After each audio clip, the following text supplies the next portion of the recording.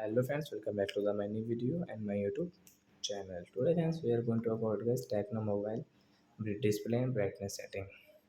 So in this video friends, I will show you guys how can you disable your eyes protection mode.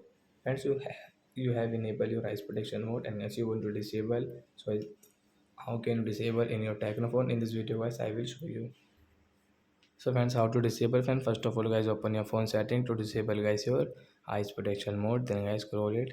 Friends, you can see this type of setting in your Tecno mobile. So guys, click on guys display and brightness setting, and guys click on guys your eye mode setting. Guys, tap here, and friends, you can see guys this icon guys. So guys, you want to disable, so guys you can disable from here. So guys, your eyes protection mode disable, and guys you cannot use guys your eyes protection mode setting in your Tecno phone. So I hope friends you have understood how to disable eyes protection mode in our Tecno phone. So that's it guys, thanks for watching the video friends. We will meet on next video guys with new topic. Before going guys, please go and like my video, subscribe my channel. Bye bye friends, thanks for watching the video.